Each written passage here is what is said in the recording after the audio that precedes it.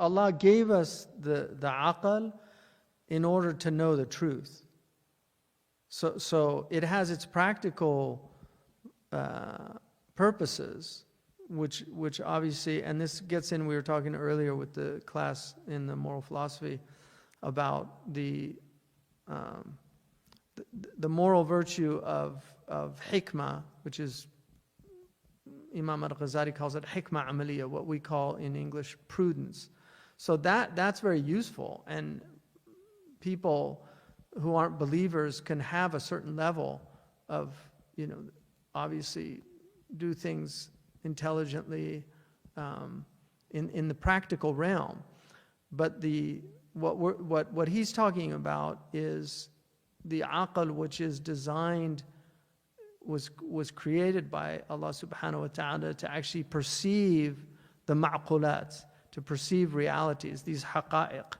And that is, there's tahdhib, there's a Imam al-Ghazali talks about this, because he went through the aql. Like he took the aql to its extreme. He mastered what they call the ulum al-aqliya of his day. So he was a master debater. He could do all these things. But then he realized that he was sick. Like he was spiritually sick. And he wanted to transcend the aql and get to the ruh, right? To perceive reality, which is the name of the aql when it's directed towards ruhaniyat, right? So it has these different names, and he set out on that path, and he's Hujjat al-Islam because he proved it. He proved that if you do the work in our tradition, you will get the results if you do the work. And that's why, in that way, one of the hallmarks of modern science is what Karl Popper called falsifiability. Like in modern, what they say, science is falsifiable. In other words, if you say that water freezes at 32 degrees Fahrenheit or 0 Celsius at sea level, so that's a scientific fact. How is it a fact? Well, empirically, we can go down to sea level and we can freeze something if we have the right instruments to do this. We take water and then bring that water down to 0 Celsius, and it will freeze. And it'll do it every single time. It won't do it at -1 Celsius or +1 Celsius. It will always be at 0 Celsius. If we could get it at 3, our machine's broken, right? But that is falsifiable. So unless you can test it, it's not science. And that's why for us, the spiritual path is scientific, because it's been tested many times. And the same things happen to the people that set out on this path. The same experiences, the same, and also the same pitfalls, because just like science can go wrong, spiritual experiences can go bad, which is traditionally why people needed guides to help them in these things. So that's the reality, is that the intellect is designed to know God, and to know God. And there's two knowledges of God. There's salvific knowledge, which is just to know that God exists, and to believe in God, and then to believe that Allah subhanahu wa ta'ala has sent messengers, and those messengers have consistently come with the same essential messages. Their shari'ahs differ because of different times and places, but the essential message is the same. They told us that there's one God. They told us that there's a day of judgment, that we're going to be resurrected, and they told us that there's a hell and a paradise. And then they gave the guidelines of their sharia, but then there were those things that were universal in terms of the two fundamental laws of all religious traditions. There are two fundamental laws. The first law is do whatever you promise to do. And that's all of civil code is under that law. And the second law is do not harm anybody in their person or property. And that's tort law and criminal law. So those are the two fundamental laws. And all the prophets taught those same things. They taught those same things. So our Prophet ﷺ is the last prophet. He's the final prophet. He's the Prophet ﷺ that came kafa, linnasi kafa. He came for all of humanity, and he's unique in that.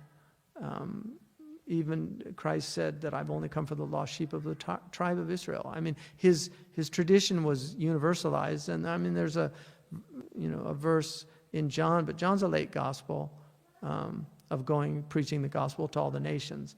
But I mean, Christ was the Messiah of the Jews, and they rejected him. So our Prophet ﷺ is for everybody. So accepting that's the salvific path to God. If you just know that and believe that and do your best, you're going to be saved. The way of sanctification is a more arduous path.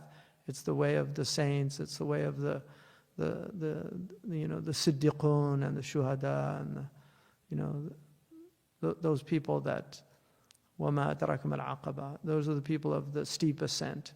They want to know God here in a real way, and the intellect has that capacity. That's what Allah has given us.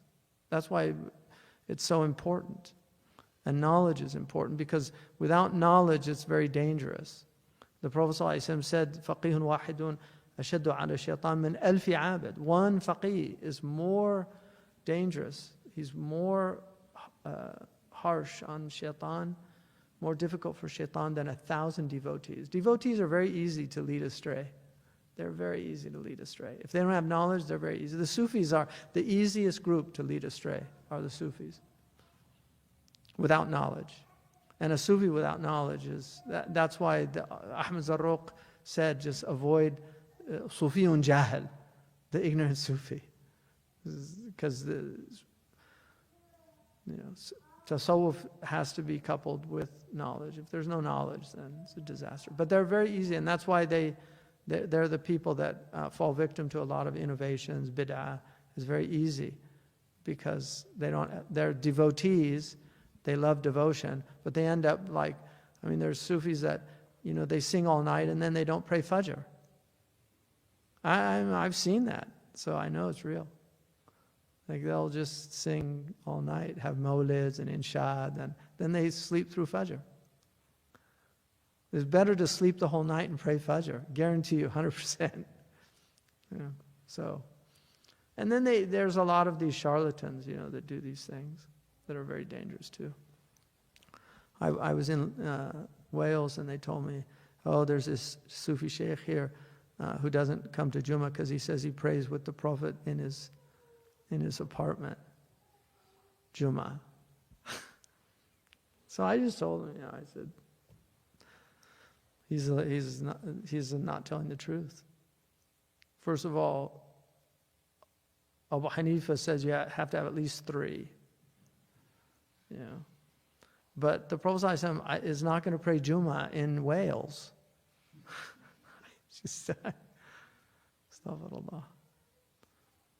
Anyway, it's just sad. People, and either they're deluded, I don't know, or they're just liars. There are liars out there. The worst type of people are the people that tell these lies. Religious. They're like, I'd rather have a mafia don any day of the week than a religious charlatan. Any day of the week. Because the religious charlatan, the mafia, you can get over if they shook you down, like racketeering. You could get over that little trauma. But the religious charlatans, they can really create great trauma in people. And people lose their faith because of bad experiences with false teachers. So, anyway.